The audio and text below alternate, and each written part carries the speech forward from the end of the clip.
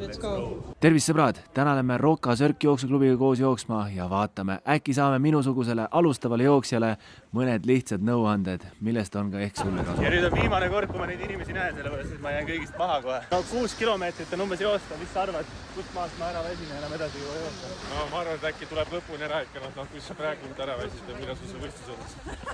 No seal ma saan kilomeetri korraga joosta, ma loodan selle peale. Hoiame asja hästi lihtsana, siis 3 väga tähtsat asja. Kaunad jalga, kenasti jalas, ära hakka trackima võib-olla oma jooksu esialgu, muidu hakkad kiirust taga ajama või varasi asju, et kui sa lähed nüüd jooksma, proovi sedasi rahulikult, et sa suudad sörkides sihukest suhtlust hoida ja vahest see võib isegi tähendada seda, et sa peaaegu nagu jalutad, aga see on okei. Kui sa tunned, et sa ei suuda nagu rääkida, läheb raskeks, siis see võib olla esimeste jooksude ajal hakkad natuke üle pingutama, ehk siis proovi niimoodi 2-3 nädalat ja siis võib-olla hakkab sul jooksmine isegi meeldima, et siis saab hakata nagu juba distantsi tõstma ja niimoodi. Enne tundus ilm päris halb, vihma sadas, tuuline oli samas siin metsa vahel nende radade peal, ei olegi tegelikult midagi hullu. Pigem on isegi palav, pool on joostud 6 kiltsast ja veel on täitsa okei olla. Võib-olla ei peagi masinat järgi kutsuma poole jooksu pealt. No nii, hingeldama tõmbab veits.